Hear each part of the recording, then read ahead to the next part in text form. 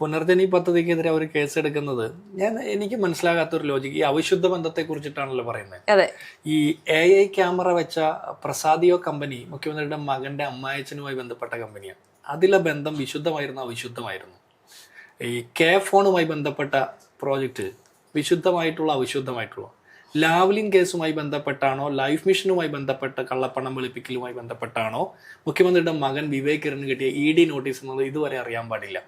RSSകാരായിട്ടുള്ള ഗവർണർമാരില്ലാതെ പ്രാതലും അത്താഴവും കഴിക്കാൻ പറ്റാത്ത ഗതികേടിലായി കേരളത്തിന്റെ മുഖ്യമന്ത്രി. ഈ ബന്ധം വിശുദ്ധമാണോ അവിശുദ്ധമാണോ? ഇതെല്ലാം പരിശോധിക്കപ്പെടണം. VD സതീശനും മണപ്പാട്ട് ഫൗണ്ടേഷനുമായിട്ടുള്ള ബന്ധം അവിശുദ്ധമാണോ വിശുദ്ധമാണോ എന്ന് പരിശോധിക്കാനായിട്ട് പിണറായി വിജയന്റെ കയ്യിൽ ഒരുപാട് സംവിധാനങ്ങളുണ്ട്. അദ്ദേഹത്തിന്റെ കീഴിലുള്ള അന്വേഷണ ഉദ്യോഗസ്ഥരെ അന്വേഷിച്ച് ഇതിലൊരു തെളിവുമില്ല, കഴമ്പില്ലാത്ത കാര്യമാണെന്ന് റിപ്പോർട്ട് കൊടുത്തിട്ടുണ്ട്.